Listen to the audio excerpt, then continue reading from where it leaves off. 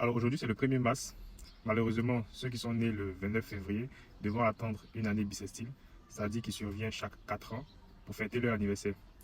Et c'est la faute à deux empereurs romains que voici, Jules César et Octave, réciproquement père et fils adoptifs. Je vous explique. Alors, j'aurais bien voulu aller en profondeur, mais dans ce pays, il nous est interdit d'aller en profondeur. Alors, ceci dit, retenez que Jules César, durant ses conquêtes, parvient à annexer l'Égypte, alors aux mains des Grecs. Et parmi les nombreux butins qu'il ramène de ce lieu, se trouve le calendrier égyptien. Et oui, il se trouvait en fait que le calendrier romain n'était pas suffisamment performant. Il s'y trouvait trop de dysfonctionnements. C'est donc la raison pour laquelle cet immense homme politique va contraindre les Romains à adopter finalement le calendrier égyptien en 46 avant notre ère.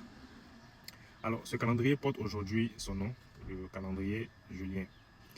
Mais que se passe-t-il fondamentalement avec le mois de février? Alors, comme élément de réponse, il faut savoir qu'à la base, le calendrier romain comportait 10 puis 12 mois à partir de l'an 153. Alors, l'année débutait en mars, suivant ainsi ce ordre. Mars, d'après le nom du dieu Mars, avril pour Vénus, mai, la déesse Maya, déesse romaine de la fertilité du printemps, juin pour Junon, la Héra grecque, et par la suite, les mois sont comptés suivant leur rang dans le calendrier. Donc, Quintilis, donc 5e mois, Sextilis, 6e mois, septembre, 7e mois, octobre, 8e, novembre, 9e et décembre, 10e. Ensuite venait janvier, nom du dieu Junon, le dieu des commerçants, et février, qui vient de février, un des surnoms de la déesse Junon, et qui signifie faire des expiations. Alors ce mois était consacré aux mânes des morts, ces esprits qui symbolisent l'âme des défunts. Il s'agissait donc de fêtes qui leur sont dédiées, et il était coutume chez les Romains de clore l'année en rendant hommage, je dirais, à ces dieux. Alors, par ailleurs, ce calendrier était adapté au cycle lunaire. L'introduction du calendrier julien, cette fois, va transformer cette coutume, mais pas toute. Par exemple, il conserve les 12 mois de l'année, mais cette fois, suite à la requête des commerçants, l'année ne débutera plus en mars, mais en janvier. C'est ce ordre-là qu'on a aujourd'hui. Ensuite, d'un calendrier lunaire, on passe à un calendrier solaire de 365 jours plus un quart de jour. C'est pour tenir efficacement compte de ces un quart de jour qu'il a été décidé de rajouter chaque 4 ans un jour au nombre de jours dans l'année. Quand on calcule un quart de jour fois 4 ans, ça donne un jour supplémentaire. Alors ainsi ficelé, les mois devraient alterner en nombre de jours. Par exemple, si on a janvier fait 31, février fera 30, mars 31, avril 30, ainsi de suite. Sauf que si on suit la logique, le calendrier donnerait toujours un nombre de jours correspondant à 366 jours.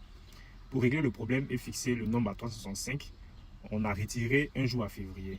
Donc février comptait depuis lors 29 jours et chaque 4 ans 30. Il en était ainsi jusqu'à ce que Jules César meure dans des conditions particulièrement répugnantes. Et pour lui rendre hommage, son fils adoptif, qui prend les rênes du pouvoir à sa mort, décide avec le Sénat de lui consacrer un mois dans le calendrier qu'il a fait adopter. Alors c'est ainsi que Quintilis, le désormais 7e mois depuis que janvier, février, passe devant mars, est renommé Julius, donc J en français, du nom de Jules César naturellement, et compte 31 jours. Imitant Jules César, Octave, premier empereur romain, a également souhaité avoir un mois en son honneur. C'est ainsi qu'on lui attribua le mois suivant, Sextilis, donc 8e mois, renommé Augustus, devenu août en français et compte 30 jours. Insatisfait du nombre de jours de ce mois, Octave réclame un jour supplémentaire pour qu'il soit au moins à la hauteur de son père adoptif. C'est ainsi qu'un jour de plus fut amputé à février, qui passe alors à 28 jours pour l'ajouter à août. Et depuis, on a accidentellement 2 mois de 31 jours qui se suivent. Voici donc l'histoire résumée. Notez bien que depuis 1582, le calendrier julien a été substitué par le calendrier grégorien du nom du pape Grégoire XIII, initiateur de la réforme. C'est ce calendrier qui est utilisé dans de nombreux pays aujourd'hui. C'était le docteur Nta Ano et à très bientôt.